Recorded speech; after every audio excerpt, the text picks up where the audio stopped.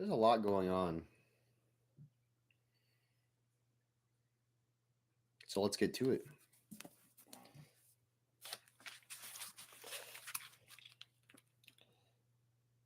Aklar saved Gappo the trouble. He stabbed himself through the eye with a stim needle left by his bed. The point drove into his brain and killed him instantly. We set out just after dawn yesterday, following Hopkins and the colonel. Turning westward as soon as we left Falls Hope Station, we climbed up onto a high ridge that Hopkins tells us runs the whole length of the planet's equator. We're marching at the front, me, Cronin, Gappo, Lingskrieg, and Franks' squad, taking it in turns to give Franks a shoulder to lean on. He's stopped coughing blood, but he's continuously short of breath.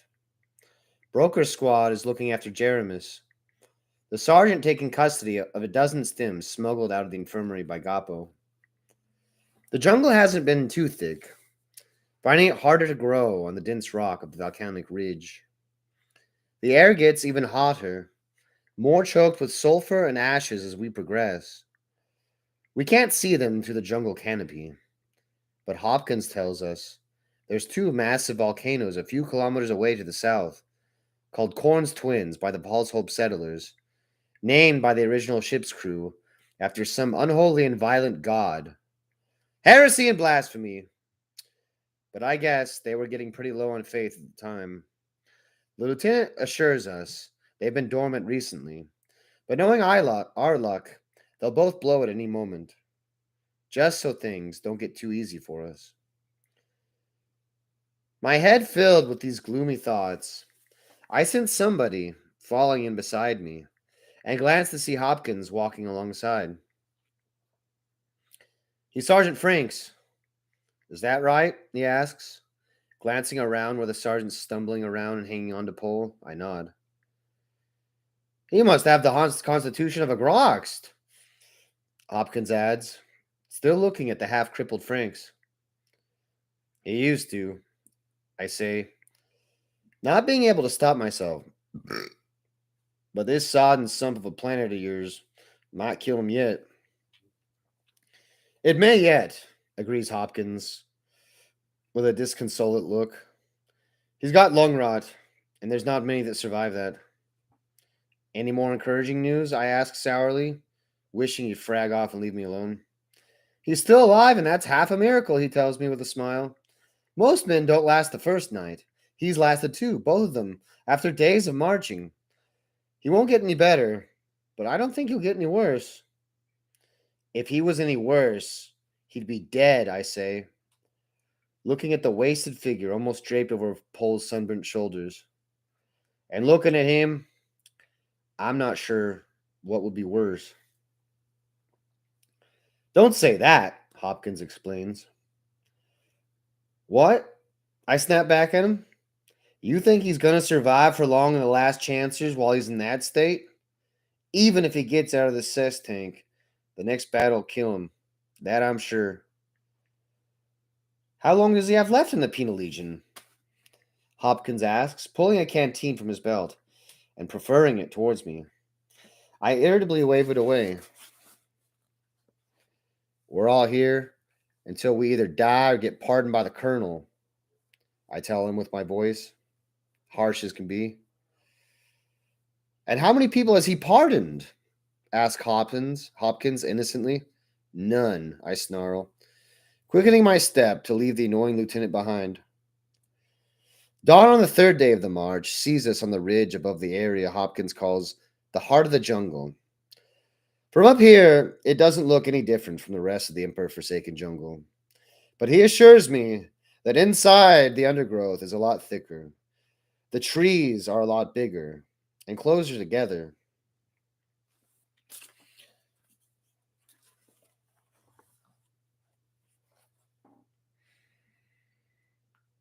This monster is hideous. It's one of the few monsters in Warhammer that just gets to be a monster.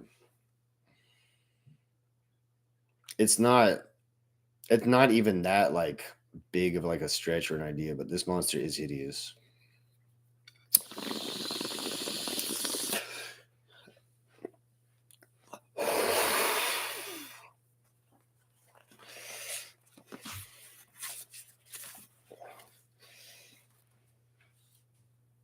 That's where our captain was exploring, he tells us as we stand on the orange glue of the rising sun, pointing southwards at an area that might be a slightly darker green than the surrounding trees.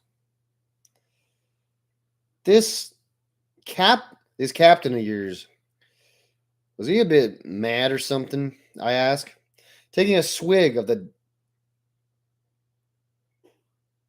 taking a swig of Dedicline from a foil pouch and swilling it around my mouth before spilling the foamy liquid in a puddle by the lieutenant's feet. Not really, he says, stepping back to the splash, stepping back from the back from the splash and giving me an annoyed glance. As far as I know, he was perfectly stable. He hesitates for a second, as if he's going to say more, but then closes his mouth and turns away to look at the sunrise. What is it? I ask. He turns back, takes his cap off, and scratches his head. A gesture I've noticed him using whenever he seems to be worried about something.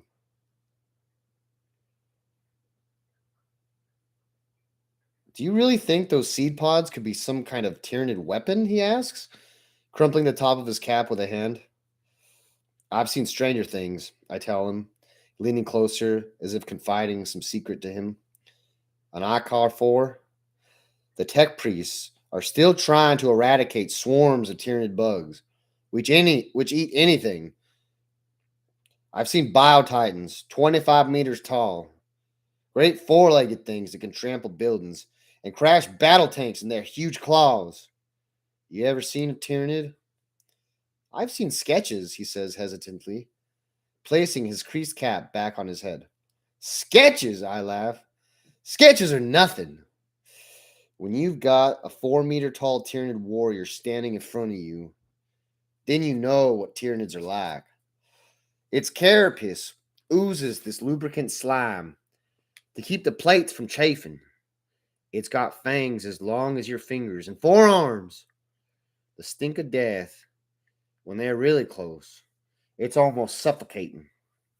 They use all kinds of symbiote weapons to blast, tear, cut, and grind you apart. I remember the first time I saw them on Icar 4. 3 Tyranids jumped us as we were doing a fire sweep of some old ruins. I can see clearly now that their dark blue skin and reddish black bony plates as they stormed forward.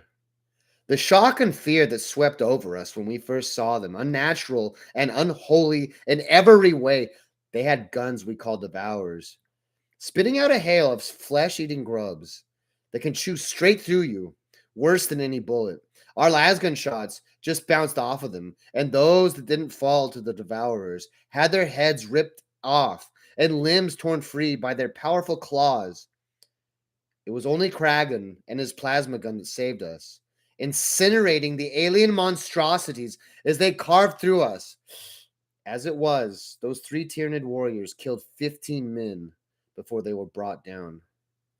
I remember Kragan died later on Icar 4, his blood soaking in the ash wastes when a Tyranid gargoyle dropped from the skies and tore out his throat. Hopkins is visibly shaken, his pale face under his deep tan. I point towards my face, or rather the maze of scars crisscrossing it. I still don't think he understands the horror of the Tyranid, so I decide to press the point. People have to know about the abominations we face here in the stars. I got these from a Tyranid spore mine, I say fiercely, wishing he'd never brought up Tyranids, wishing that all the horrors I faced I could forget about. No one wasn't there who hasn't fought them can really understand what they're like. It's like trying to describe the ocean to a blind man. Damn thing exploded as close to me as you're standing now. Threw me to the ground with a burst of gases. Bits of razor-sharp carapace shrapnel damn near tore my face off. Franks bound my head with his shirt to stop the bleeding. I was in agony for weeks, even on regular stim doses. I'm lucky I've got both my eyes, Franks tells me. There were men in my platoon who had limbs ripped off in that explosion, had holes punched straight through them. Others lost their skin and muscles to acid from the spore mine, burning clean through the bone. Do you know what it looks like? A man with bioacid searing through his body, eating away at him. Do you know what his screams sound like? I, he stutters, looking at me in a new horrified way. Next time you look at one of those sketches, I tell him scornfully, just you remember that and you try to imagine it. He stands there, mouth hanging open, his eyes blank.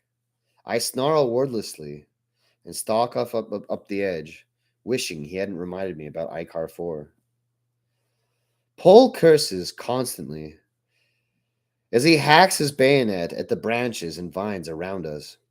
Hopkins wasn't exaggerating when he said this was the worst part of the jungle, of the whole of False Hope. It's nearly dusk, and we've traveled perhaps 2 kilometers down the ridge. We're nearly at the bottom, that much I can tell. But if we have to keep going like this for more than another day or two, we're all going to starve or die of thirst. We found one pool, but it was tainted with sulfur from one of the volcanoes. Franks thought of catching the rain in canteens, but Hopkins told us there are certain plants that contain parasites way up near the treetops, which dissolve their spores in the rainwater, so the stuff cascading down to the trees carries a deadly curse. One man didn't believe him and tried it anyway. His throat swelled up within an hour, and he choked to death. We lost another trooper to poisoning thorn bushes.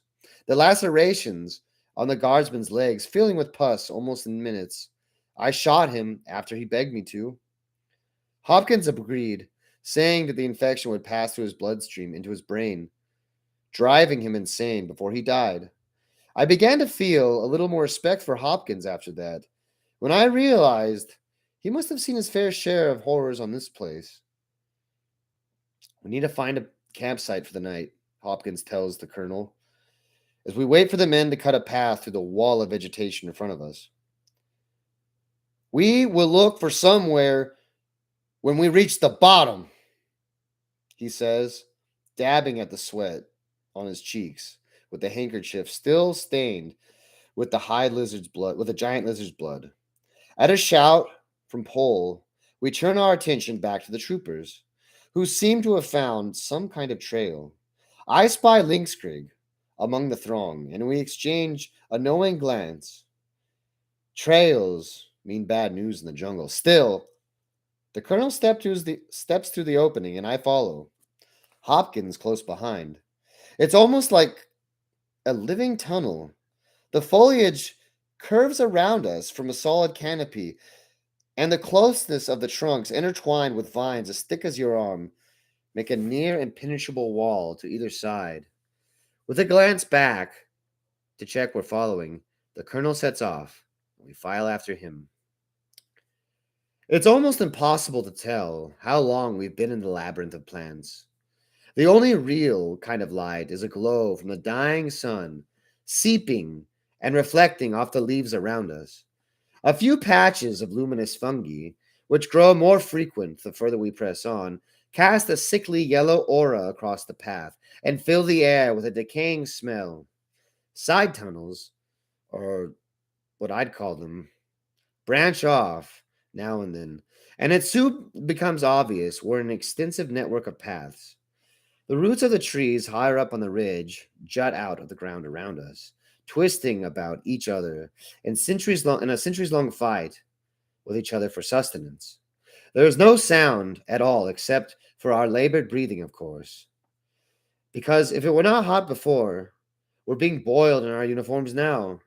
Sweat constantly runs from every pore in my body, soaking my fatigues and shirt, making them stick in wet folds to my body. The air is still, no chance of a breeze through the layers of greenery surrounding us. My mouth is full of salt from my own sweat, drying on my lips, making me want to keep licking them clean. My eyes are gummed up with sweat as well, forcing me to squint in the half light as I shuffle along, trying not to trip on the roots snaking across the path. Franks is just behind me, recovered enough to be walking on his own now, but just barely. The moisture in the air is playing hell with his lungs, making him cough constantly. Still, we stumble on, following the stiff backed outline of the colonel forging ahead. All of a sudden, we find ourselves in an open place. It's like a massive amount of pressure is lifted, and the air seeming to clear slightly. There's movement in the branches around us, like the wind. As the rest of the troopers trudge in behind us, we drop to the floor. I close my eyes and take a deep lungful of air. The humidity isn't so bad, but there's another tinge to the atmosphere in here. I take a deep sniff, trying to identify where I know the scent from. It's like rotting flesh or something.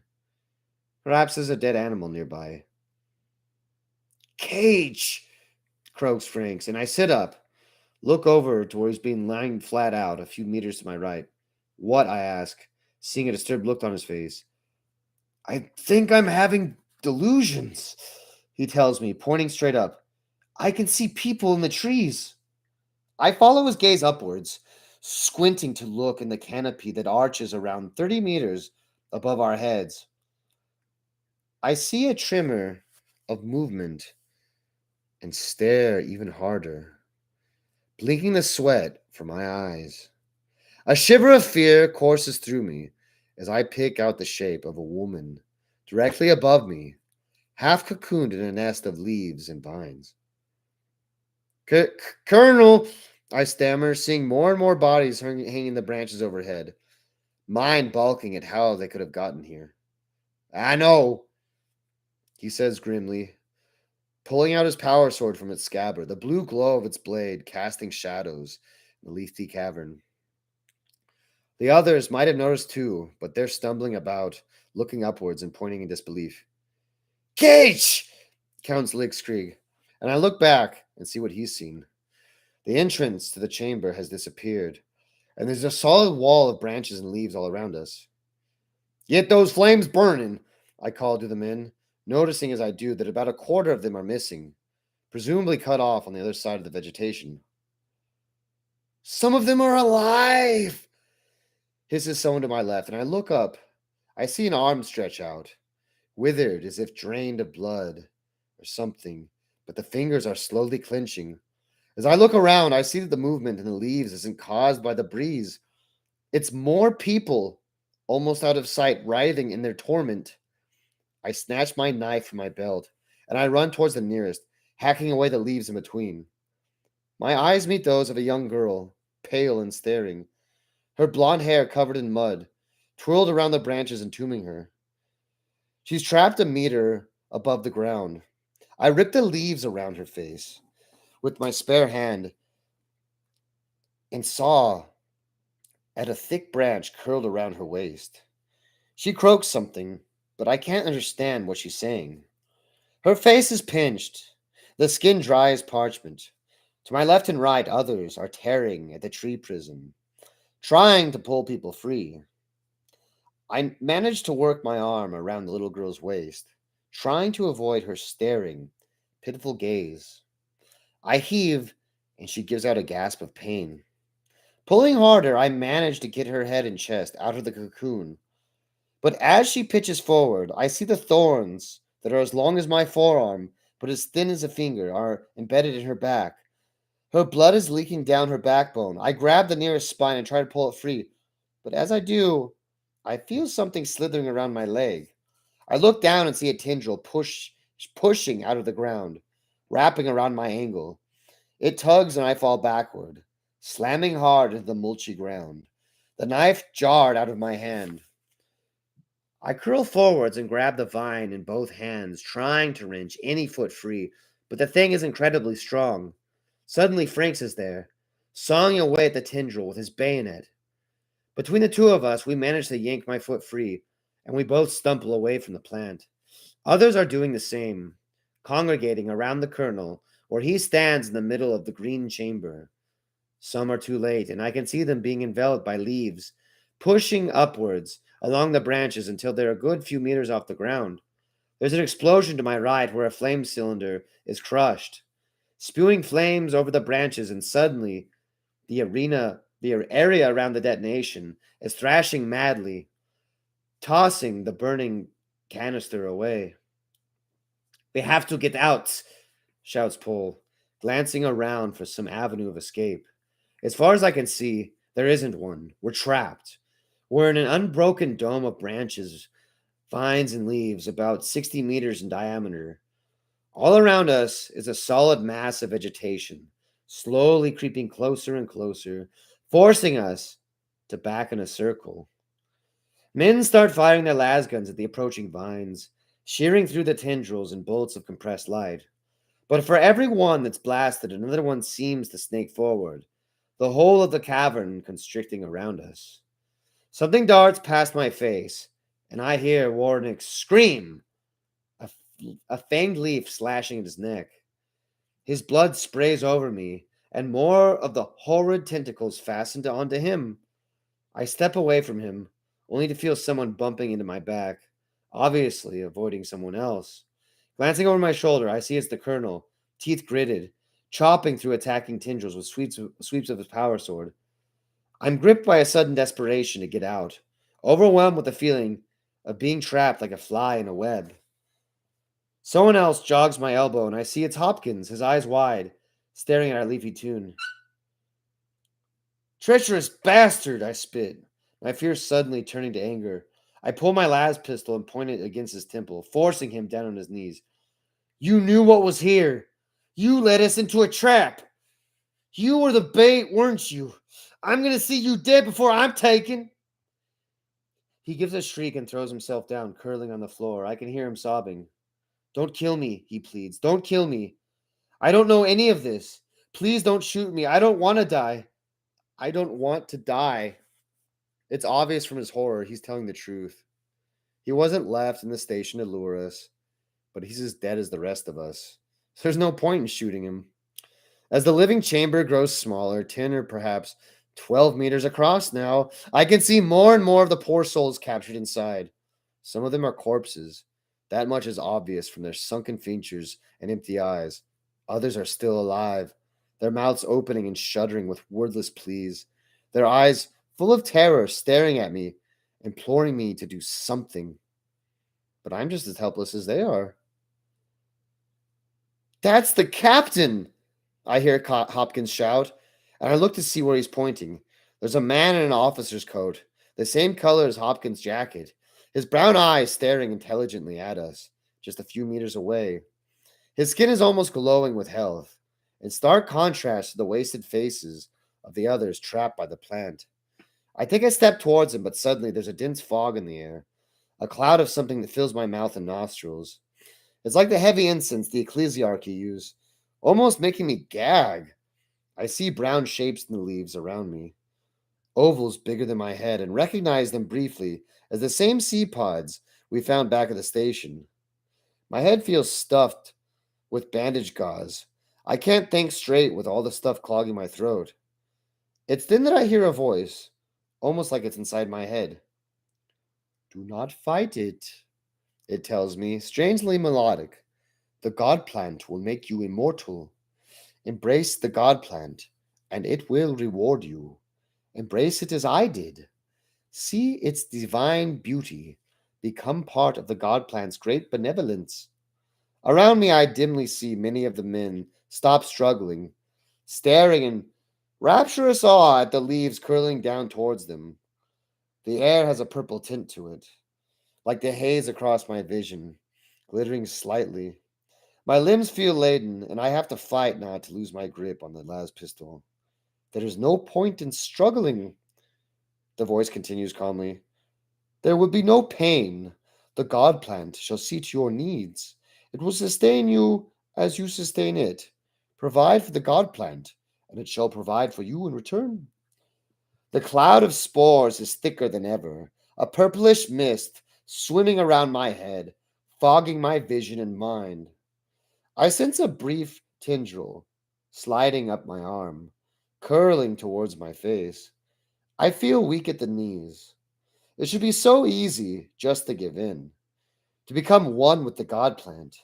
I can feel its magnificence spreading all around me, its alien life coursing through roots and branches for many kilometers and every direction. I feel tiny pinpricks of sensation in my neck and dumbly look down, seeing a red liquid seeping into the collar of my shirt. Somewhere in the back of my mind, a distant voice tells me it's my own blood, but I don't really take any notice. My throat and neck are warming up, building in heat, like relaxing tonic, spreading throughout my body. The voice, my voice, I realize,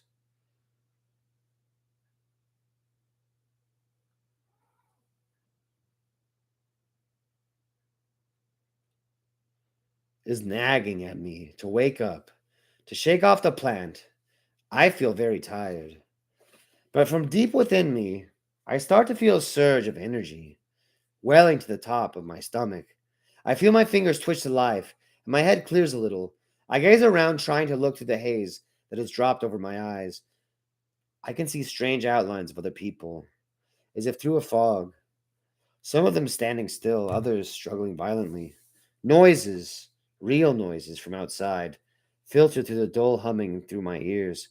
Strangled shouts and violent cursing. Like waking from a deep sleep, I rise to consciousness again, startled awake by the sharp pain in my neck.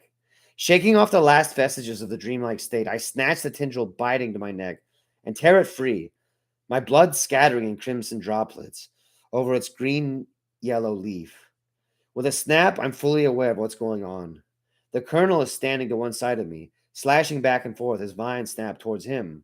Franks is on the other side, fallen to one knee, both hands fending off another leafy tendril, lunging for his face. Without actually thinking about it, I begin snapping shots from my las pistol, bolts of light flaring to the planet around us, severing tendrils and blasting through leaves. Cage! The colonel barks over his shoulder at me. Hold off these while I deal with Nepentine. He takes a step towards the captain, and I jump to fill his place. My las pistol spitting bolts of energy into the green, writhing mass still slowly constricting on us. There's a lull in the attack, the god plant concentrating its alien limbs on picking up the men who are standing in dumb acquiescence, pulling them away into the branches above our heads, their limbs dangling lifelessly like dolls. I see the colonel fighting with Nepentine, the captain's arms flailing weakly, as Schaefer and the colonel pushes his hands deep into the leafy folds surrounding Nepentine.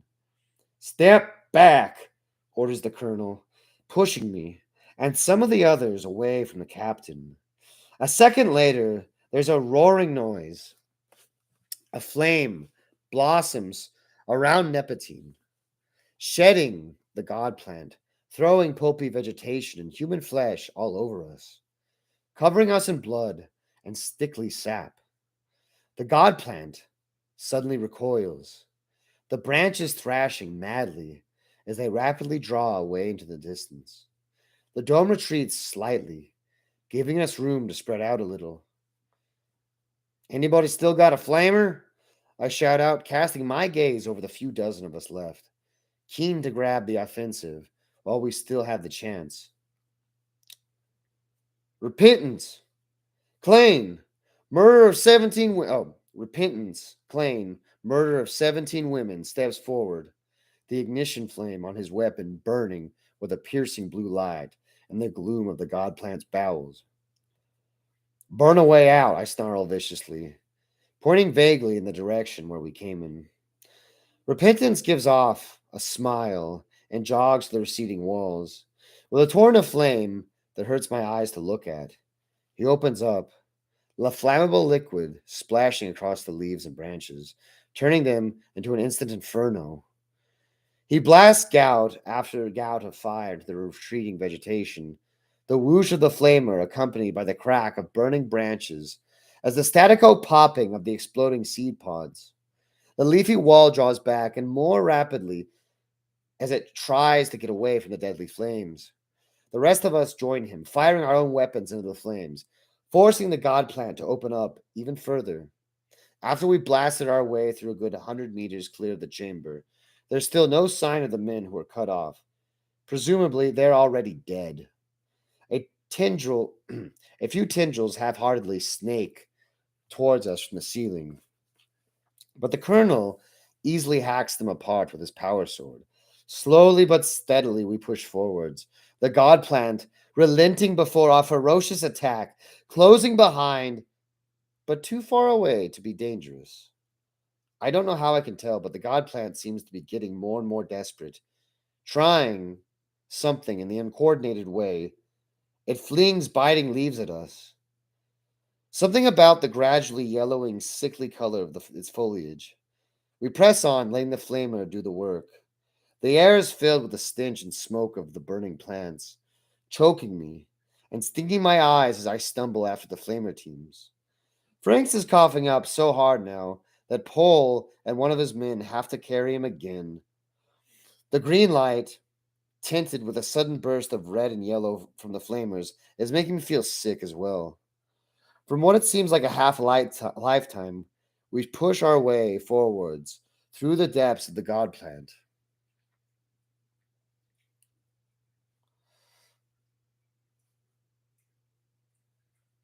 Fending off its ever weakening attacks. I feel the ground rising, and I realize we are starting up to the ridge.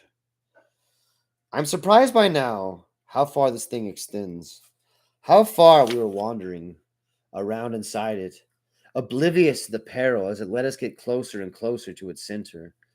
Or I suppose we would have never escaped. It's with a shock that we burst out into the open of the ridge. Glancing behind me, I see the others stumbling out, some turning around to open up with a fusillade of lasfire to drive off the god plant's alien limbs as they creep towards us. Gasping and cursing, we haul ourselves up the rocky slope.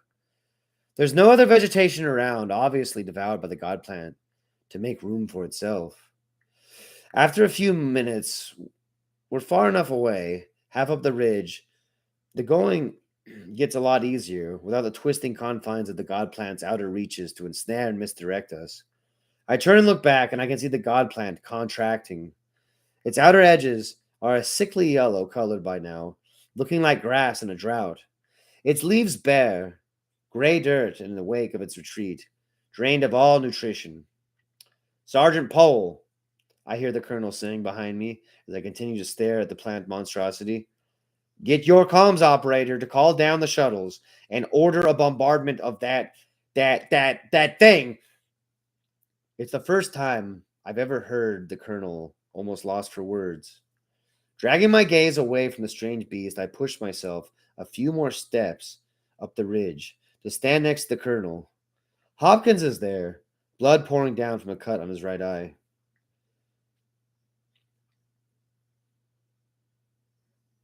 Well, that was something, Lieutenant pants, gazing in amazement at the god plant. What the hell was it? Franks asks, flopping down exhaustedly over a patch of mud in front of me. Others are collapsing around us, staring vacantly at the sky. Some fall to their knees, hands clasped in front of them as they offer up their thanks to the Emperor. The colonel steps forward, gazing intently toward the god plant.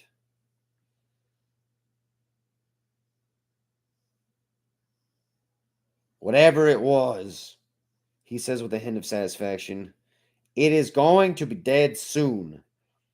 I am tempted to request this whole world be virus bombed just to make sure. What did you do, sir? Hopkins asks, dabbing a cuff gingerly to his forehead. Frag grenades, the colonel replies, breaking his gaze from the view to look at the lieutenant. I have heard tales of such symbiotic creatures, though I have never heard of them taking plant form.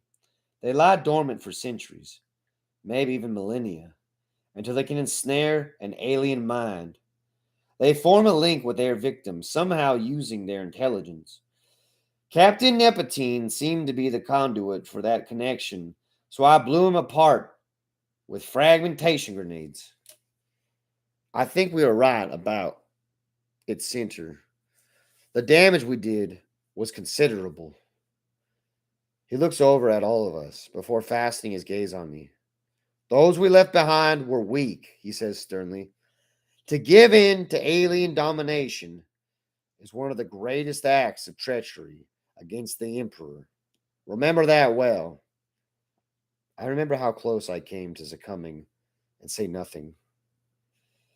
It's with a good feeling in the pit of my stomach that I look out at the shuttle as we roar to the sky of false hope. Out of the window, I can see a raging fire, setting light across hundreds of square kilometers of jungle.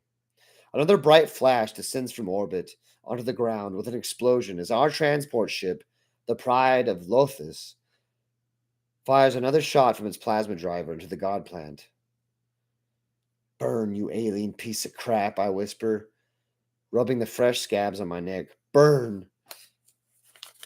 What I like about that one, is first of all, I didn't remember whether or not Lieutenant Hopkins was a plant, right? That's what you could call him, as a plant. Plant. I didn't know if he was a plant. I didn't remember that as I read it. I thought he was, actually. I thought he was just luring them there. And it was, it's cool character development that I don't know, that guy had his like a whole arc. Like, he was just this innocent sounding guy, but then like Cage realized that, like, well, he living on he lives on a death world. So he's like, he can't be that much of a punk. There's a couple times in this book where they just pick up like a random guy and he gets to follow them along for the mission and he lives. But it's kind of fun because that random guy, that bonus guy, he gets to be the viewer. The God Plant is terrible. It's just terrible because it's not that bad. Out of all the ways to go in 40K, that's probably one of the least worst ways to go. You could be like, you could be tempted by a demonette and your soul would be taken forever, which would suck. Forever in the worst way. You could be eaten by like a devourer or a flesh borer or something.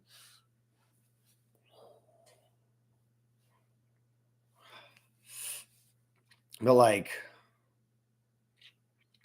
the thing about the God Plant is it doesn't really, it's not that bad to die that way. I mean, it's not that bad to die that way at all.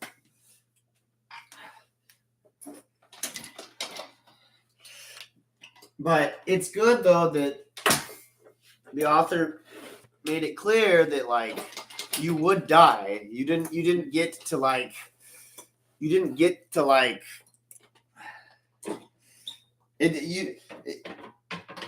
out of all the ways to go, it's not that bad a way to go, but it's still pretty horrible. I'm not really sure exactly how he did it. I mean, he just broke out of it. He just snapped out of it. I don't know how he just broke out of it, snapped out of it.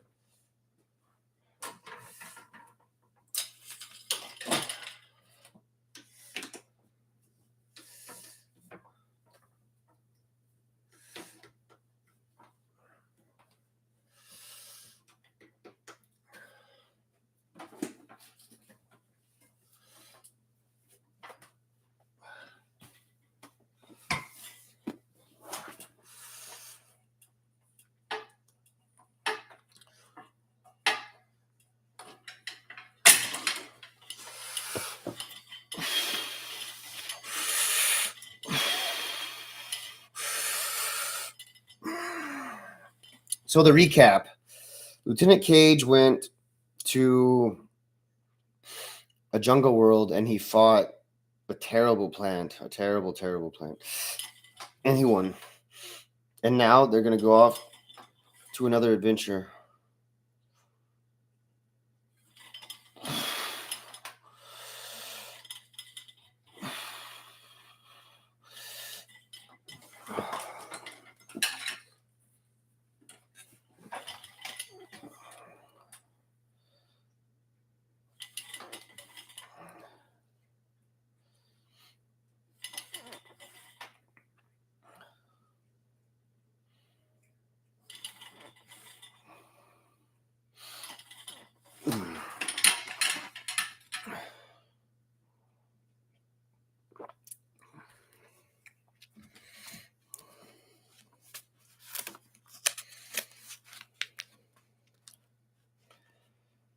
The feeling in the cell is even tenser than normal. Everybody's shaken up by what happened on False Hope. The memory of our fellow last chancers being eaten by the God plant, fresh in our memories. To make matters worse, there's no sign of the colonel for the past 3 weeks.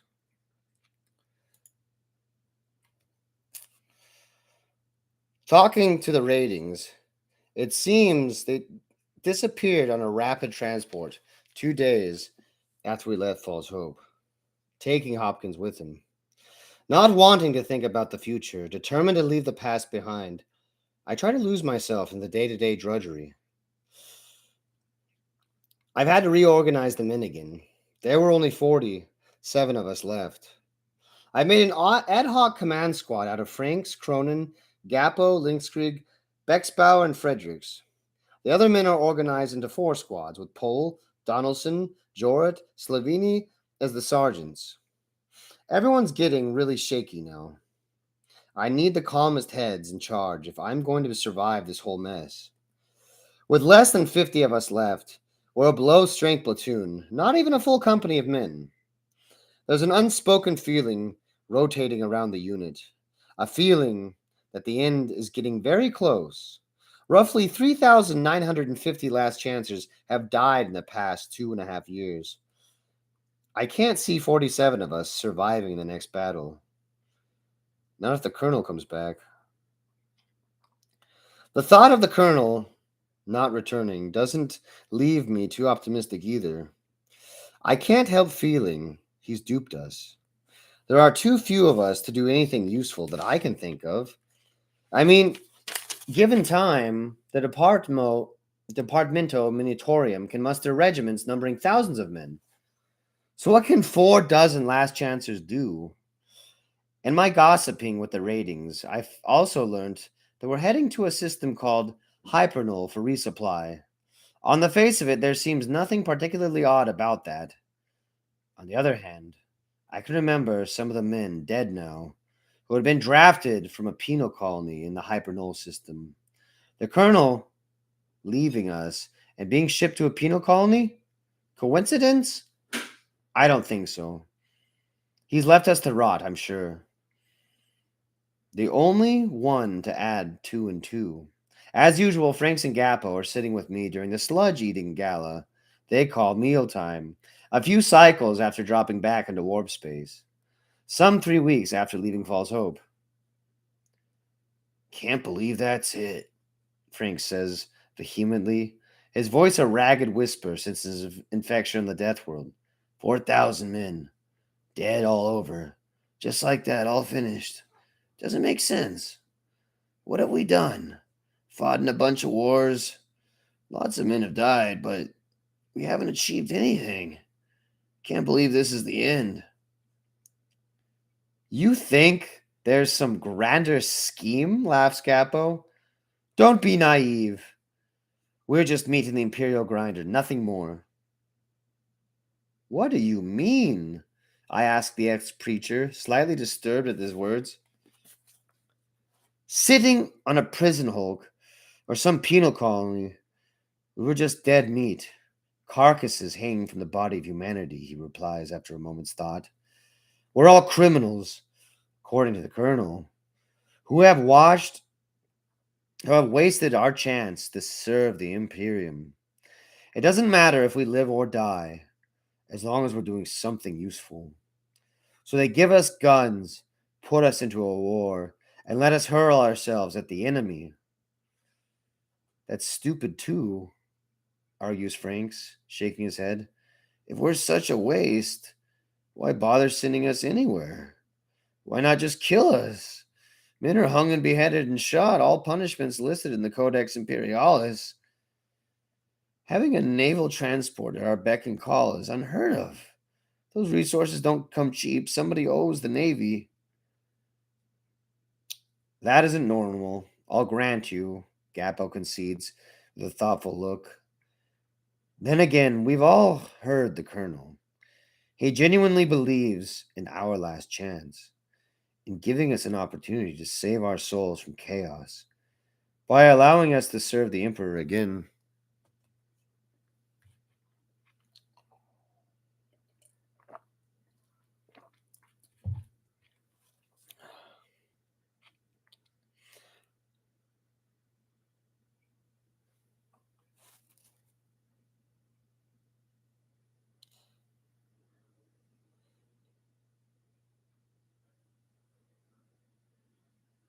Can't see how the colonel has enough clout to have a Navy transport second into us, counters Frank, wagging a finger at Gapo.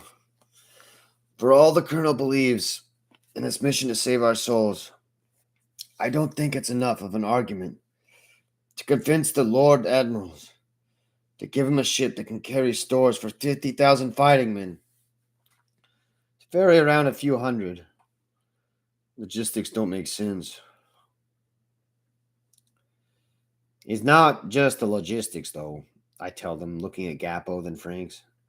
If you knew this was going to happen to you, would you still have defied the Cardinal or let your men revolt against your superiors? Not sure, whispers Franks, gnawing at his bottom lip in thought. Never thought of it. Never thought of it. I know what you mean, Gapo explains excitedly, as if he's just stumbled on some secret truth about the galaxy. It's the deterrent, you're saying. We've been in 12 war zones now, I remind him. How many other regiments have come into contact with us? There were a few, at least 30 on our battlefront Akar 4. There's the Pertidian Outriders from Octogenesis, the Chorix at Deliverance, and about another 10 from other places. They all saw or heard about the dirty jobs we have to do, the massive casualties we suffer. I know for a fact that if I'd seen this coming, my knife would have stayed firmly in my belt that time. Still doesn't explain why there's a few dozen of us left, Franks argues, his voice raspy and quiet. Gapo's about to answer back when Franks holds up his hand to him. He takes a sip of his juice before continuing. Throat feels on fire anyway. Would make sense to round up convicts as we travel. 4,000 men are just as much detriment as 50. Much more useful military force. So maybe that's where the colonel's gone, I suggest with a smug smile. He's gone ahead to the penal colony to organize some new recruits. They'll be waiting for us when we arrive. I don't know which will be worse, Gapo laments, looking thoroughly miserable again. Getting locked up in a prison somewhere for the rest of my life, or dying on a battlefield. I want to go down fighting, I tell him firmly. Whether the colonel's right or not about my immortal soul, I want to die doing something that's worth a damn. I joined the guard to fight for the Emperor. I ain't gonna rot in a cell, I'll be sure about that. With you on that Scarface. Franks laughs. Give me a gun, a googly-eyed alien to shoot at, and I'll die a happy man.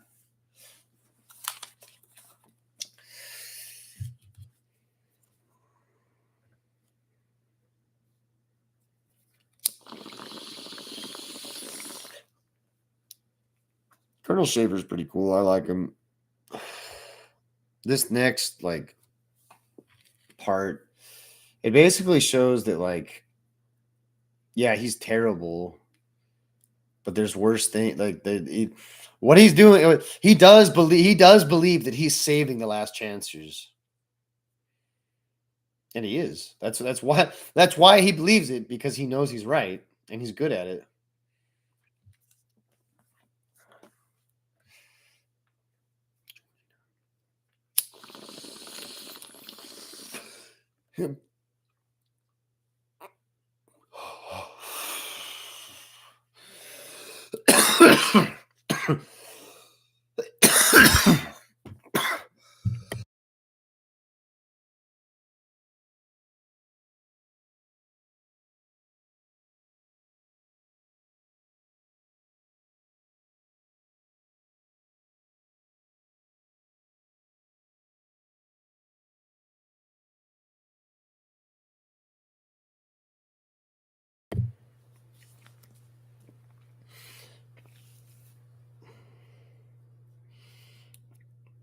I think Cage is Lieutenant Lieutenant Cage is basically the Ariel Ventress of the Imperial Guard. He's disgraced. You know, he's a bad guy. No, he's a perfect like example of how you can be like morally correct and against codes, you know, against rules or laws. No, no, no, that's not it at all. What I like about Cage is he can justify. He can. I forgot what he did. I think I even read it, but he did something bad, but he can justify it, which is cool because that's like a psycho. Like all psychos can justify their behavior, and that I mean might be why I get along with him because he's a psycho. You know, they can. That's the problem is they can always find like one little like hook is as to why they're right when they're really really wrong.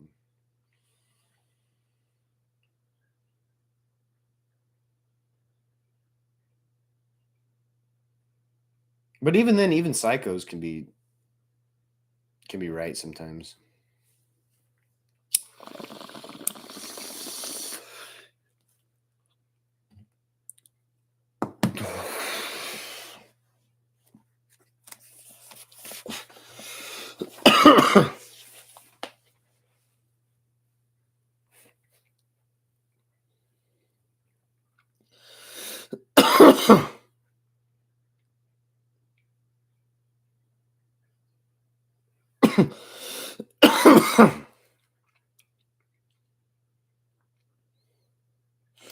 It's another 20 cycles before we drop from warp space into the hypernull system. The tension and uncertainty is almost tearing us apart.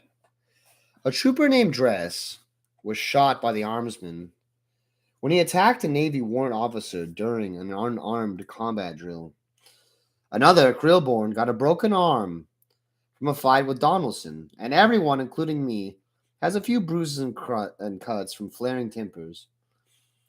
I've tried everything to ease them, drilling them so hard they're too exhausted to scrap. Organized a mealtime rotation system so everyone eats with everyone else and squads don't get too isolated. Stuff like that. None of it seems to be working too well. But then again, things would be a whole lot worse if I hadn't. I'm not sure why I'm bothering, to be honest. Actually, it's not true. When I think about it, on the face of it, I could hardly, I could quite happily let them strangle each other in their sleep, even Franks and Gappo. And I wouldn't shed a tear. Nearly 4,000 in the regiment had died, and I hardly ever give a second thought, except perhaps in my warp dreams. No, it's not a concern for them individually that I'm worried about. It's my survival that bothers me. If the last chancers are going to keep going, which means I get to keep breathing, they need to stay sharp, need to keep it together as a fighting force. They always fight and bicker, more than ever, with your normal guardsmen. But in a way, they watch out for each other. There's something about a battle that unites men like us. Whether it's for a common cause, like us, or for just survival. You're all in the same scrap, and that makes a bond stronger than friendship or family. But as soon as the battle's finished, the cause is gone and the fragment happens. I've come to realize a lot about these men. Fighters, men who are at their best in combat. Any other situation, and they're not worth a damn. But with a knife or a gun in their hands, they seem a whole lot happier somehow. I know I am. I like to know that the man in front of me is the enemy, and the one behind me is an ally. I can think without any problems. It's the rest of it I can't stand. The politics and personalities, the responsibilities and frustration and helplessness of it all. If you haven't been there, you might have some clue what I'm talking about. But to really understand, you can't just watch, you have to take part. I absolutely agree. I absolutely agree that the only way to truly make a bond with people is to struggle with them. Once you share in someone's struggle, you really know them. But that's the thing, right? Is you have to share in their struggle. Like you two are struggling simultaneously with a nearly equal burden, all right? You cannot share in someone else's struggle, and you cannot pretend. You could never pretend at any point to understand anyone else's struggle besides your own. So if someone else is having that same struggle with you, then you can know their struggle, but it's the same struggle that you know, okay? It's easy to just say, okay, I know these struggles and just, make comments about, but it's not your struggle, dude. Anything else is devil's advocate. And you know, and there are so many devils. You can advocate for so many different kinds of devils. Demons.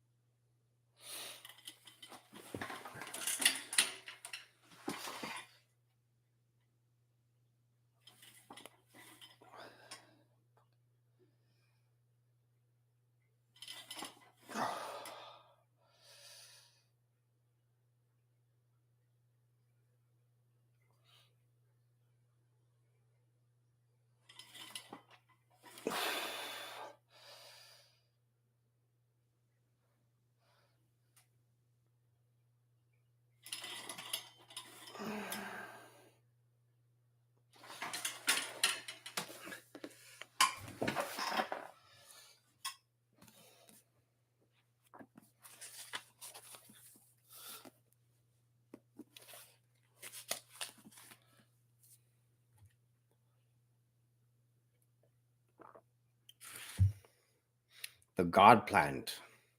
I could have had a cooler voice. I could have, yeah. I should have thought about the God plant. It only has a few lines, but they are sinister. And I mean, that's the thing is I might have just been one of the men carried away in the trees. The God plant.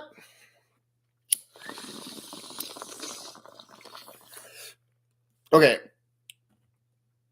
I was saying I said like the next one shows who the colonel is, but there's like a little like side mission to the side mission.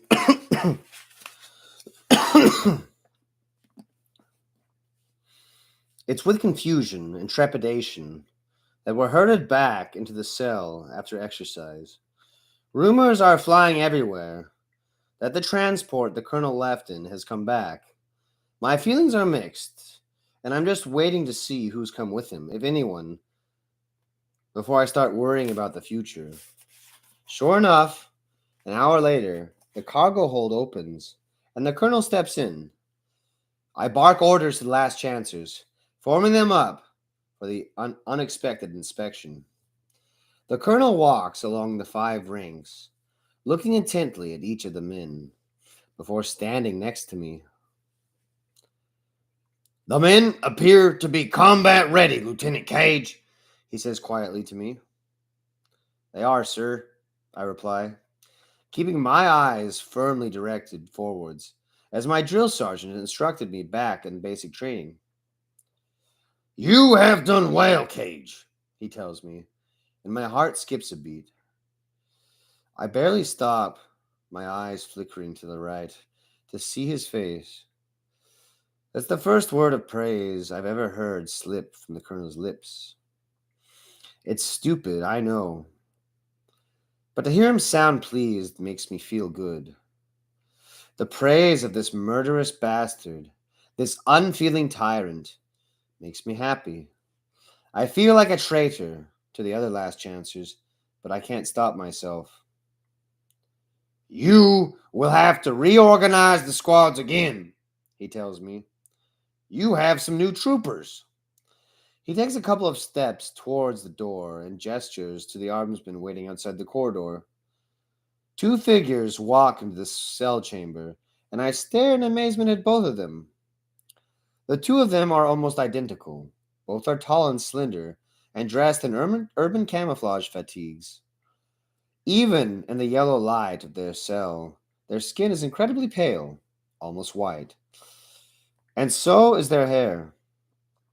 Not silvery gray with age, but pure white, cropped about 2 centimeters long. As they march into the hold and stand to attention in front of the colonel, I can see their eyes, strikingly blue, a lot darker than the icy color of the colonel's, but still very disturbing. Looking more closely at them, I see the one on the left is a woman. I can see the roundness of a small set of firm breasts under her shirt, and a curve to her hips, which is altogether quite pleasing to the eye. There were about 40 women in the last Chancers when we first started out, but the last of them, Alice, was killed on Pormore a year ago.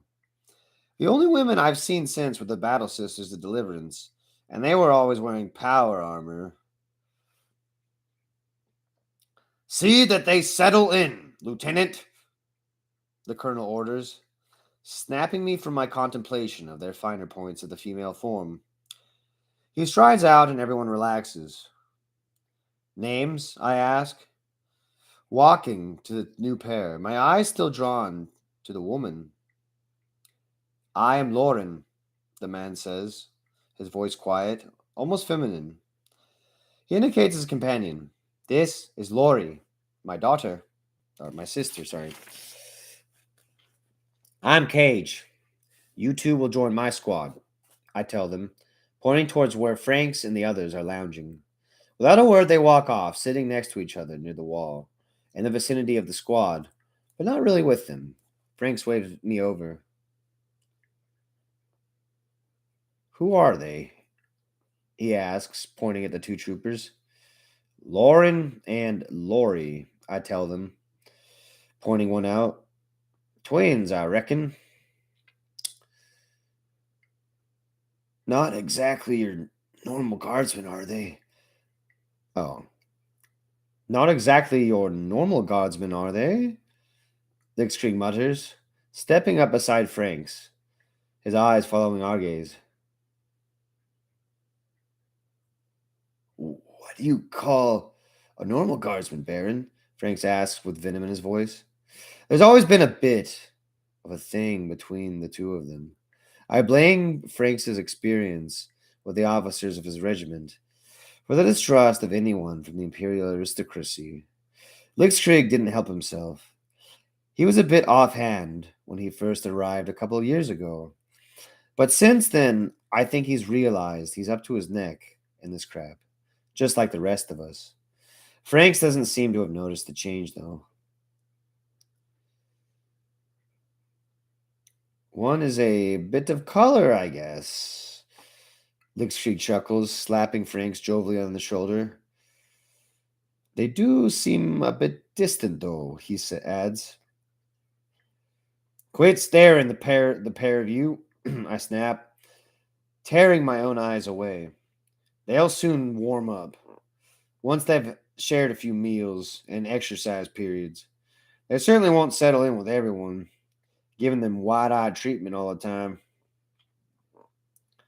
Gives me a strange feeling, Frank says, with a mock stutter before scrolling off. Lickstreak wanders away after a few seconds, leaning there with his own thoughts. I glance at the two again. It's odd. You'd think that combat fatigues would make a woman look more masculine, but to my eye, the manly clothing overly emphasizes her female attributes even more. Giving myself a mental slap to clear my thoughts, I march away, hollering for Pole and Jorrit's squad to report exercise. For exercise. Man.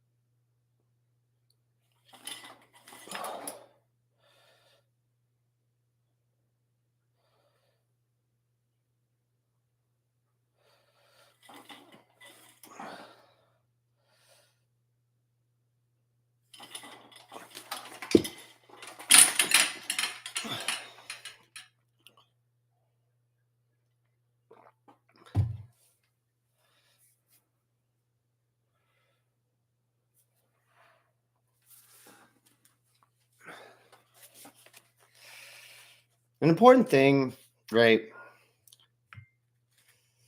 Gaining strength is important. Gaining physical strength is important. Only because it increases your endurance, all right? Endurance, there's lots of kinds of endurance, but like every time you increase your endurance, you also increase the endurance of your mind, okay? The endurance of the mind is such a powerful tool. You can even call it a weapon, okay? With the endurance of the mind, all of your foes will disappear because it's like you will be there when they're not.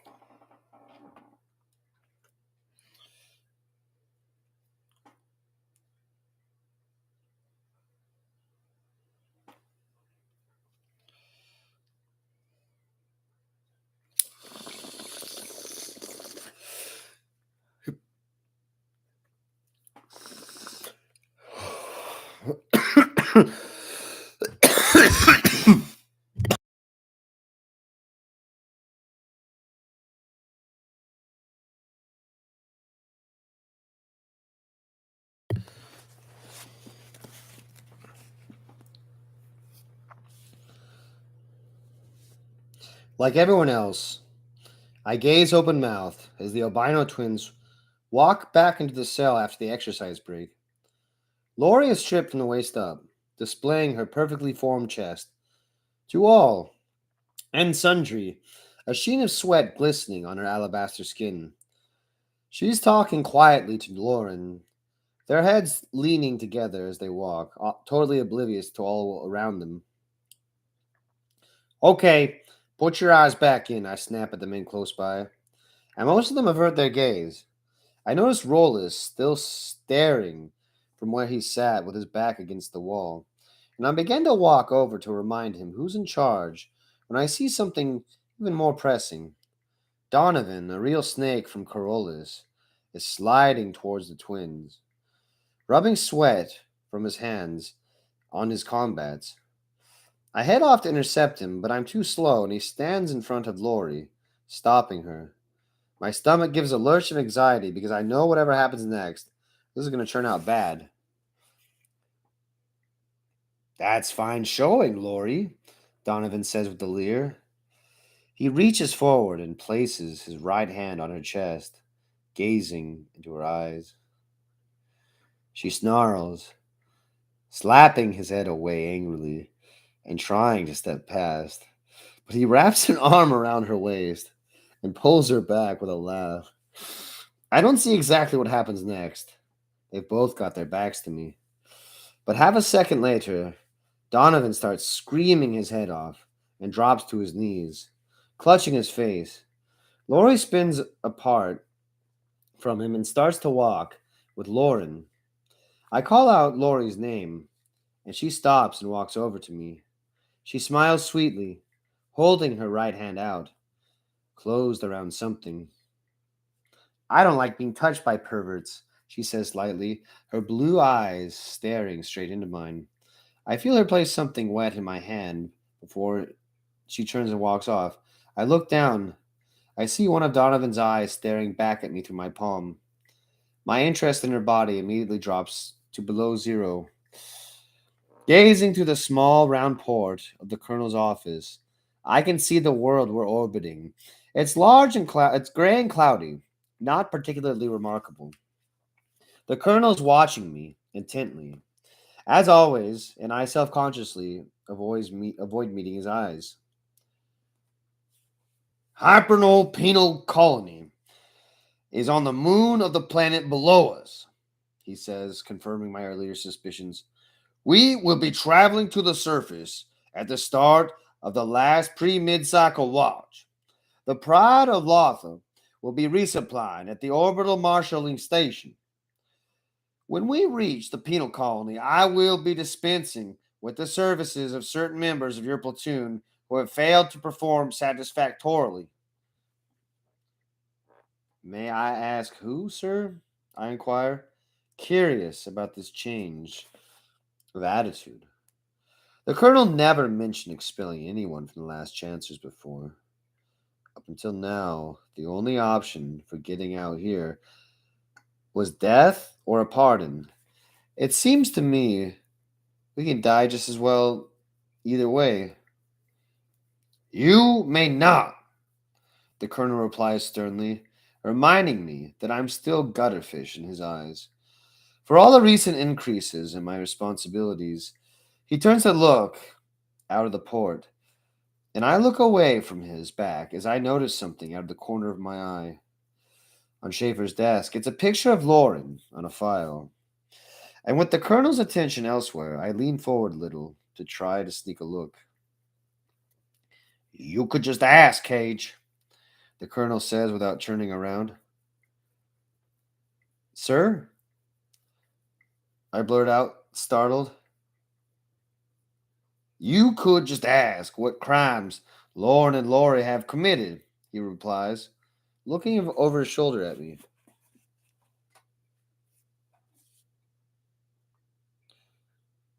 What did they do?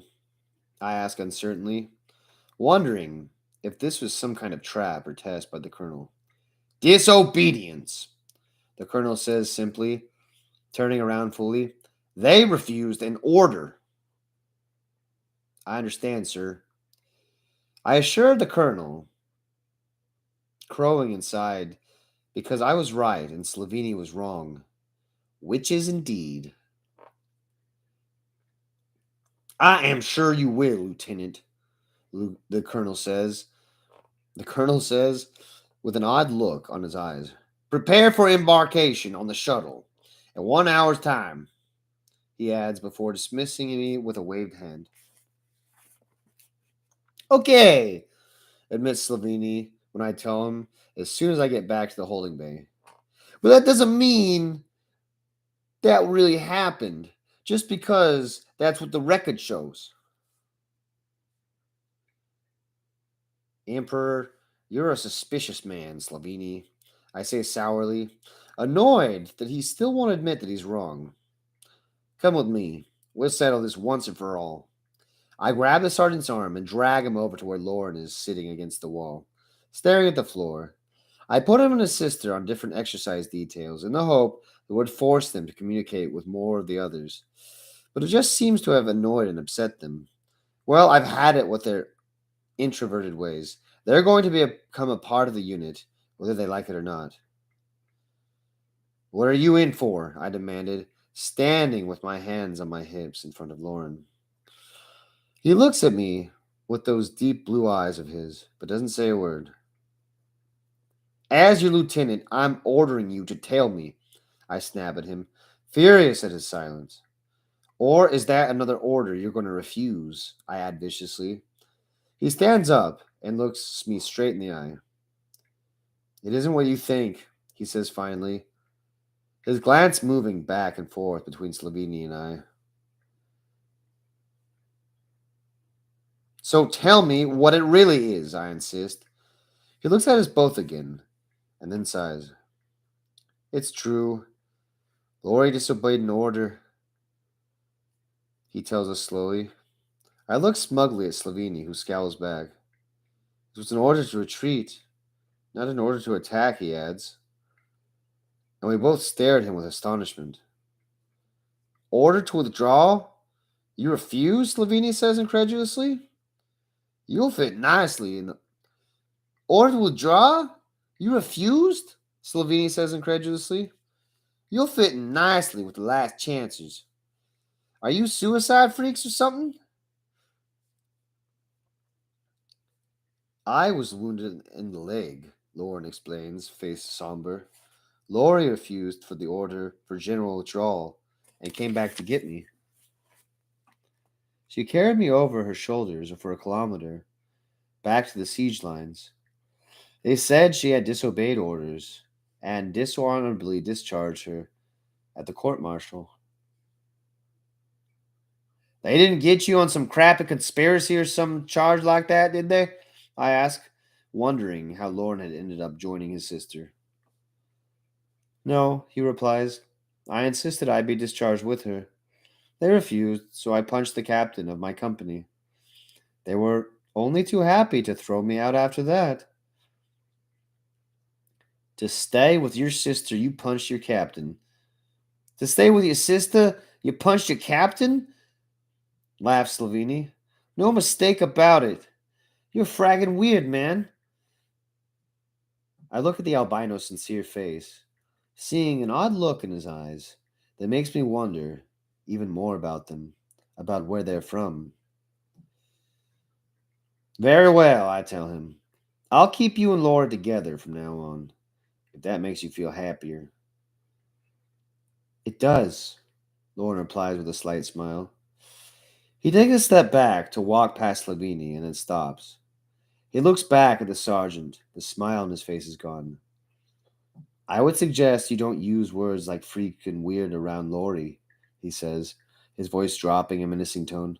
She is more sensitive and less reasonable than me. I bet she is, I think to myself as Lauren walks off, leaving Slovini visibly shaken.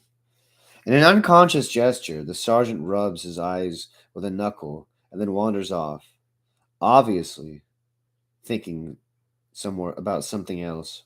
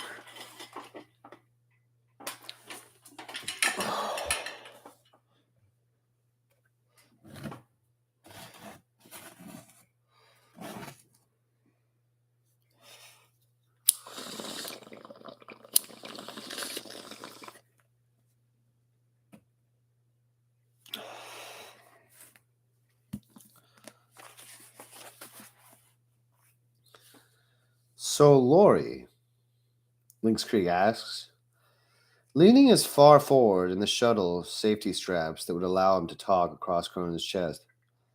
I bet you didn't think you'd be going back to the penal colony so soon. We've not been on a penal colony, she corrects him. The twins have begun to lighten up finally, as everybody gets used to them and gives them some space. For their part, they've started talking a bit more, as if the both of them have resolved they're not going anywhere. So if the both of them have resolved, so they better at least try to get along with some of the others. In fact, I'd say Lori has got a soft spot for Lickskrieg, though I can't think what she sees in the handsome and once wealthy and well-connected Baron. Cronin's asleep between the pair of them, snoring gently as the shuttle takes us down to the moon. Sorry, I say, catching on to what she said. I look over to my right where she's sitting next to the aft bulkhead. You mean the Colonel hasn't just picked you up from the penal moon we're going to? No, she says with a fierce shake of the head. We've been fighting with a punishment battalion on Proxima Finalis for the past 18 months. Why has the Colonel singled you out, I ask. We weren't singled out, Lauren says, as we turn our heads to the left to look at him. We were the only ones left. Only ones? How'd that happen? Cluster bombs from Orc fighter bombers dropped straight to the middle of the battalion as we made an assault, says Lori, and everyone's gaze shifts back at her. Blew apart 200 troopers, everybody except my brother and me. Whoa! Brooker says from the other side of the shuttle, shock showing on his face. That's pretty awesome! What happened then? I asked Lori. Curious as to know how they handled with us.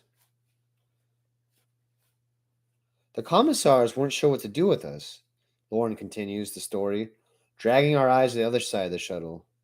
That's when Colonel Schaefer turned up again, had a word with the commissars, and brought us here. Turn up Turn up again? Gapo asks before I get the chance. You'd seen him before? Yes, Lauren replies with a nod. It was over a year ago, when the punishment battalion was first formed. We came and met the captain. We don't know what they talked about. I'm trying to work out what we were doing roughly a year ago. It's not that easy for a number of reasons. For a start, in the past year or so, we've been to 5 different worlds, and they all start to blur into one long war after a while. Added to that, that was a year ago for Lauren and Lori, and that might not be the same for us. What with warp time and the rest. It's like this. A ship in the warp can travel so fast because time there doesn't flow the same as it does in the real universe. Well, that's how a tech priest tried to explain to me on my first trip off Olympus. In our universe, time passes normally, so the people on the ship might experience only a week or a month, whilst 3 months have really passed them by. I've not had any reference to, for some proper term, normal time since Icar 4. 2 of my years ago. After all, I know 10 years might have really passed me in that time. The shuttle suddenly lurches, slamming my head back against the hull and wrenching me from my reverie. Everybody's glancing around at each other, wondering what's going on.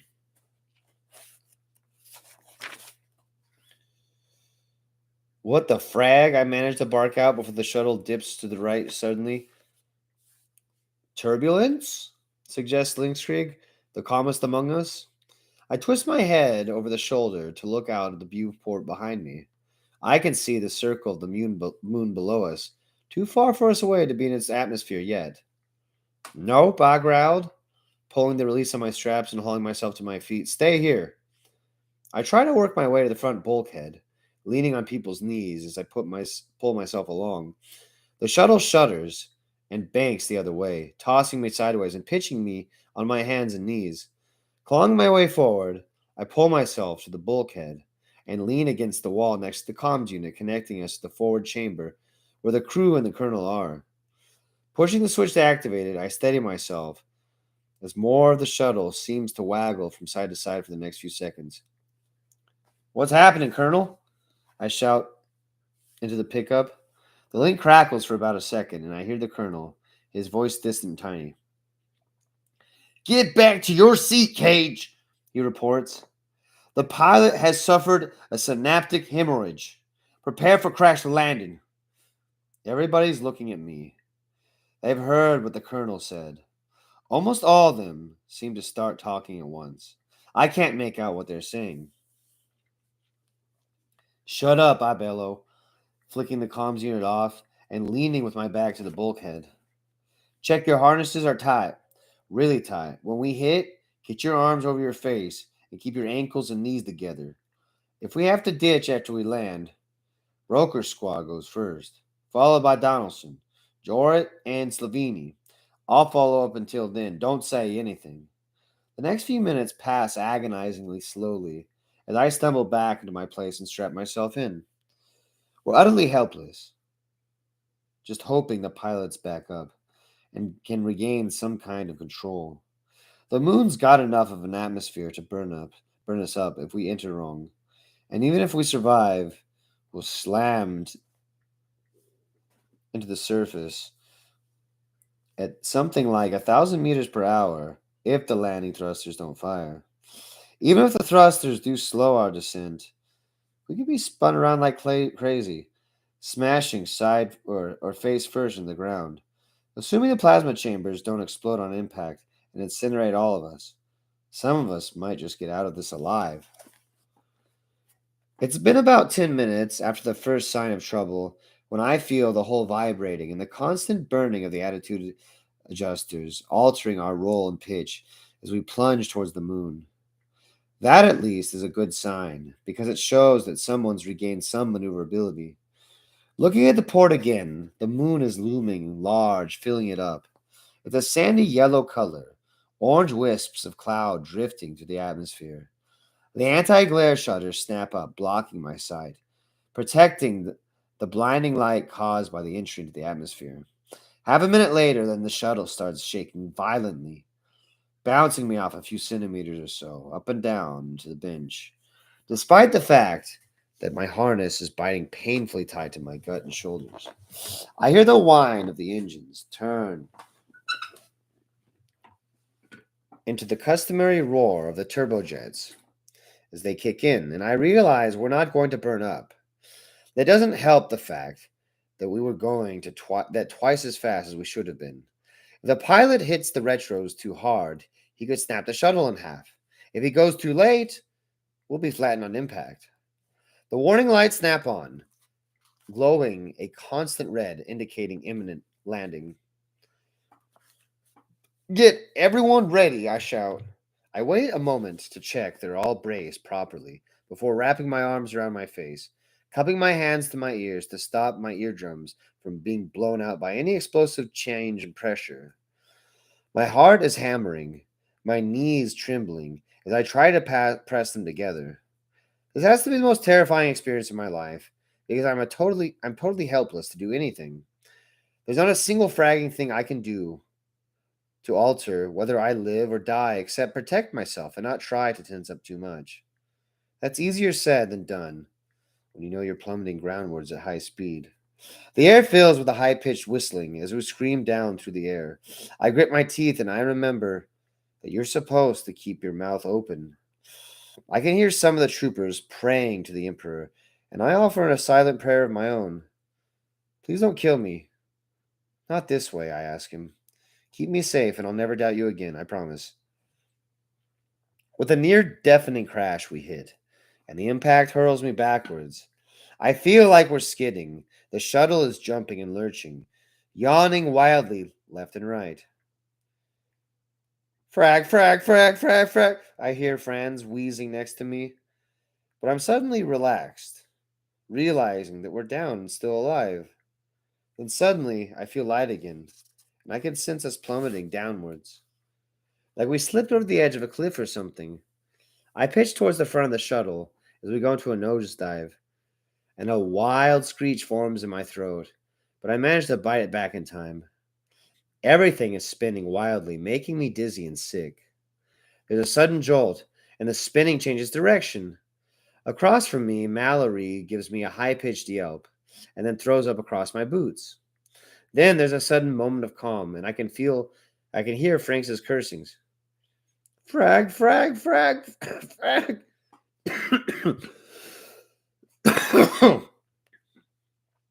I glance at him and see his knuckles are pure white. He's clenching his fist so tightly. It's then that I notice a pain in my palms and realize I've been digging my fingernails into my hand, even though the cloth, even through the cloth of my gloves. Forcing myself to unclench my hands, I stare fixedly at my knees, trying to ignore the nausea sweeping through me. The next impact smashes my knees together and is accompanied by the wrenching sound of torn metal. And then we've stopped. Suddenly, it's all over, but there's no sense of motion at all. Frag me, Sloveni shouts, breaking the silence, punching a fist in the air. His voice shrill, a wild grin across his face. I'm grinning like a madman too. Someone starts whooping. I burst out laughing. Other people are crying out with joy, feeling hysteria threatening to overwhelm us as I bang my head sharply back across the fuselage, the pain jarring some sense back into me. Stole the celebrations, I bark. Is everyone okay? There's a series of affirmations, and then I hear Laurie's melodic voice. There's something wrong with Crunch, she says, indicating the burly guardsman to her left. I realize my harness. I release my harness and make my way over to him, telling everyone to stay sitting in case the shuttle shifts from something. Crunch is flopped in his seat, his head against his chest. I crouch down in front of him and look up to see his open eyes. There's no sign of consciousness in them. I stand up again. I notice there's a massive bruise on the back of his neck. Fearing the worst, I put a finger to his chin and lift his head up. As I suspected, there's no resistance at all. Damn! I cursed to no one in particular. His neck snapped, letting Crunch's face flop back to his chest. I go along to the comms panel. Everything all right, sir? I ask.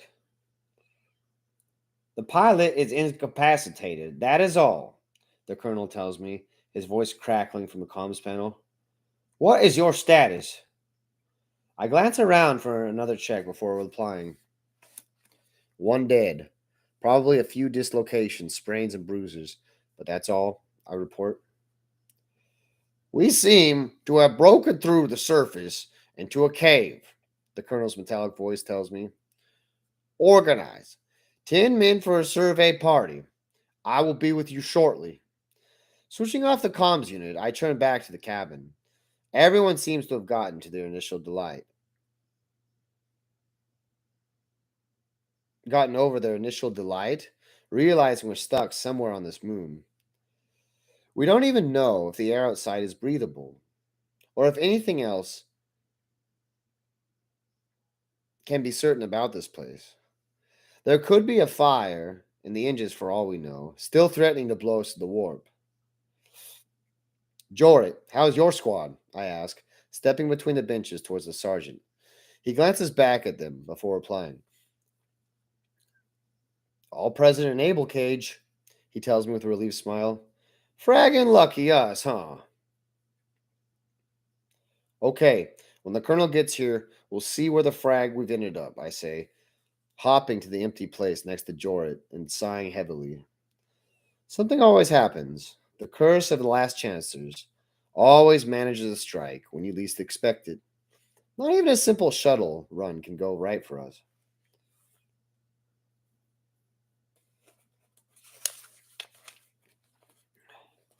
What's that bloody noise? Jord asks, and I hand out the rebreather masks and photo lamps. I listen for a moment, brow furrowed, and I hear it as well. It's like a scratching on the hull, an intermittent scratching noise. Haven't a clue, I tell him, with a shrug pulling on the headband of my own mask. Apparently, the moon's atmosphere isn't breathable, but other than that, and the darkness of being in an underground cave, everything else is tolerable. The colonel's watching over the men as we attempt some rudimentary repairs to the engines. The power relays were punctured during the crash. The tech priest pilot is phasing in and out of consciousness, and from his scattered mumblings, it's clear we're not going anywhere until the engines are back online and a few other things are fixed up. The warrant officer who took over piloting says his last navigational contact placed us about 30 kilometers from the penal colony, well out of marching range. We've only got enough rebreathers for a dozen people, and even if we had one for everybody, the tanks last for only half an hour. So, but they would need refueling from the ship's filtering systems. And that's a full stretch at the moment, running on auxiliary power. We're going outside to check for any damage to the exterior, but there's been no hull breach as far as we can tell. If the ship's contaminant detection systems are working, that is. We're running on secondary power with the engines offline, and so we have to hand crank the ramp down. It's a laborious process because two sealing bulkheads have to be lowered first to form an airlock. It's sweaty work, and in the circulators in the small boarding cabin, we are almost at overload, with the 11 of us puffing and panting, making the air stale and thin. After about an hour's work, we're ready to get the ramp in position. Okay, get your mask in place, I order, pulling down the mouthpiece of my own. I take a few experimental breaths to check if it's working properly, and then push the two nose plugs in my nostrils. I pull the visor down to my forehead, settling it across the bridge of my nose, and then check everybody else is ready. I get three of the men on each hand crank wheel, and they start turning, lowering the ramps centimeter by centimeter. I feel the wisp of a breeze blowing as the air outside flows fitfully inside. 5 minutes later, the ramp's down, and I march into the cave, switching on my photo lamp. Its harsh red glare shows me the strata of different rocks in the jagged wall of the cave. Looking up, the beam disappears into the darkness, so the roof must be more than 10 meters above us. I wave the rest down and set off towards the engines, the most vital part of the shuttle at the moment. Great crunches underfoot, the floor littered with shards of rock brought down by our crash. I can hear the strange scratching noise again, and I look at the engine pods. The heat emanating from the thrusters makes me want to break out in a sweat as I approach closer. I run the beam of the photo lamp over the nozzles of the thrusters, looking for any cracks or dents, but don't see anything. I see Jort walk past me, playing his photo lamp over the engine housing on the other side. He takes a step forward for a closer look, and then straightens up, a frown on his face. Cage, his voice muffled. Oh, Cage, his voice muffled by the mask. Have a look at this. Stepping up beside him, I look carefully where the photo lamp is pointing. In the ruddy glare, I can make out a shadow about halfway into the engine housing, just above my head. It looks like a hole, and I curse inwardly. If the housing is punctured, it'll need patching up before the men inside can go through to reconnect the relays. Then the hole seems to move, changing shape slightly. What the frag? I hear Jordan murmur. Pulling myself up, the grab rail a little, I peer closer. The hole's in a hole at all. It's some kind of many-legged creature, about the size of my hand. I can see its eyes glittering in my photo lamp beam. Its thin legs splay outwards, hooking on the hull of the shuttle. Its 3 centimeter long mandibles work in and out, and I can see a kind of froth in its mouth. It seems totally oblivious to my presence. I prod it with my photo lamp, but it doesn't even move. Something else catches my eye, and I look further up the fuselage. I can see another 2 dozen or so of the things clamped on the hull, bubbling rivulets down the hull, leaving metallic trails through the black heat and paintwork. Send two men to the weapons locker in the boarding bay and bring every flamer we've got, I order Jorrit. He hesitates for a moment. Now, Jorrit.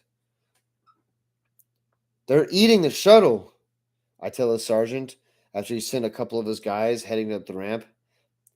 Have a check up front, see how many more there are. If they penetrate the fuselage, the air will be bled out of there, and everyone inside will choke to death. As he walks off, I turn my attention back to the alien bugs spread across the shuttle. Walking around to the far side of the shuttle, I count 20 more. I guess they must be the Pharaoh beasts on Epson Octurius, digesting metal ore from the rocks. The shuttle must be one hell of a banquet for them, that's sure. There's about 40 more of the fragging things down here. I hear Jorrit's muttered shout from the front of the shuttle. The two men sent inside return, each carrying a couple of flamers. I take one from each of them and tell them to get forward with the sergeant. Help me burn the little fraggers off, I say, passing the flamer to Lamax, the dream interpreter. I take a step back and forth and push the firing stud on the ignition chamber, the blue flames springing to life. Tossing my photo lamp to one of the others, I take a firm grip of the flamer in both hands, bracing my legs apart, pointing the nozzle at the top of the shuttle. I pull the trigger and the flames spray out 6 meters across the shuttle for a couple of seconds. In the pause between bursts, I see a flickering orange form ahead and know that Jorrit's doing the same up front. Lamax opens up, and I can see patches of streaming grease where the alien beasties used to be. Lamax directs the flow of fire, burning fuel slides down the hull, splashing a meter or so to my right. Watch where you're fragging pointing that thing, I cry out. The flames disappear. Opening up the flamer again, I sent an orange jet of fire washing over the thrusters, making sure none of the creatures were hiding inside the nozzles. For another minute, I make my way sideways along the shuttle, sending bursts across the roof every few meters. Patches of flamer oil carry on burning, stuck on the fuselage, illuminating the cave with a flickering orange light. Okay, cease fire, I call out, swapping the flamer for my photo lamp again. I clamber up the grab rails to stand on top of the shuttle, playing the beam of the photo lamp across the roof. I can see blistered, melted paint and nothing else. I turn to call back to the others that it's all clear when a strange noise starts echoing around the cave, a low, continuous scrapping. Scanning around with the photo lamp, I see that there's a tunnel running off about 20 meters from the near the shuttle. As I look, I see a shadow moving down the tunnel towards us, accompanied by the same scratching sound we heard inside the shuttle, only getting much louder. Oh, frag, I whisper, as a tide of aliens sweeps into the chamber, spreading across the cave floor like a living carpet. Flamers! I bellow to the oblivious guardsmen below, pointing to the approaching mass of aliens. Jord comes running back from the form of the shuttle, as once more blazing fires illuminate the cave. He sets himself up next to Lamax and fiddles for a moment with the nozzle of the flamer before sending a wide sheet of fire towards the tunnel. I hastily clamber back to the ground, constantly looking around my shoulder to see what's going on. Clamber. We're bloody holding them, declares Jord as he unleashes another burst. Yes, but not forever. They're spreading out, says Lamax, pausing to the point. where he shows his left. I see that it's true. The creatures are spilling around the fire, threatening to surround us. Darvin, Thenson, I call to the troopers with the flamers. Get yourself over there and push them back to the tunnel. As I do, they do as I ordered, and I step up between Jorrit and Lamex. We've got to keep little fraggers contained within the tunnel, where they can't get around us. As we force them back step by step, something occurs to me. Did you see any other tin tunnels down the front? I asked Jorrit, causing a panic glance around me. Casting a panic glance around me? Dang it. Rest up, he replies. That was the first fragging thing I checked. Breaking a sigh of relief, I step back and let them carry on with their work. A couple of minutes later, and we stood at the mouth of the cave. It's about 2.5 meters across and the same high, almost circular. I'm out, calls Thenson, pulling the flamer up to his shoulder. Get to the weapons locker. There should be more spare canisters, I tell him. They've stopped, exclaims Darvin. Pushing past, I see he's right. There's no sign of them for 20 meters, as we can see up the tunnel. It curves away and out of sight. They'll be back, I say heavily. They must have a nest or something close by, for that many to be here so quick. We'll go and hunt them down. Are you fragging kidding me? We already been out here 10 minutes, said Jorrit. We got 20 minutes of fragging air left. Emperor alone knows how many of those things are up there, I tell him. The flamers are almost out of fuel already. Who can tell how many more attacks we can stave off? Now, we're going to go hit the lair. Get them all in one place at the same time. I'm not sure, Jorrit continues, squaring up to me. I'm in charge, I growl at him, and he backs down, shaking his head.